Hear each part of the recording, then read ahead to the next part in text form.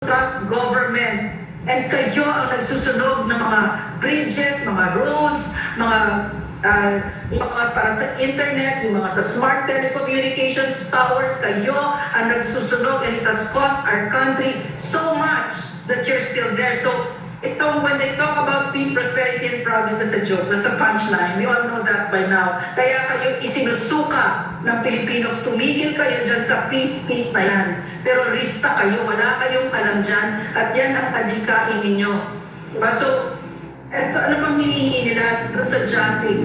Hinihingi nila na ma-demobilize ang armed forces of the Philippines at ay ang NPA.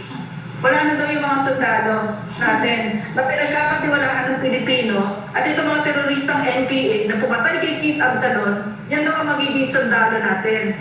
O diba? Pa-hierarchical drug test din natin yung mga yan. Malamang mga drug addicts yung mga yan. Diba? Mga baliw. At saka ano pa?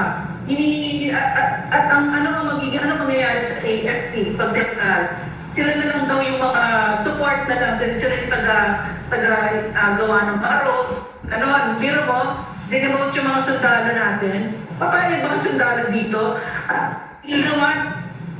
I hope they're listening. I hope they're listening, and I hope they wake up from their slumber. We are already a communist state. We're a country that's being run by the CPP, NPA, NDF, by the communists. And they are talking about peace, prosperity, and progress. And you're the ones, the soldiers are the very ones that know that this is not true. These are all lies. Because they were the ones na hindi na natin maibilang ilan ang namatay sa kanila. At anong progress? Sila nga yung ang dami na hindi natin na-meet yung our destiny as a country because every step of the way, no? Kahit lang nga yung kaliwa ng panahon pa ni Marcos Sr. yan, hanggang ngayon they keep on telling lies about it and obstructing so that at the time of President Duterte, it was a go already, now it's not again.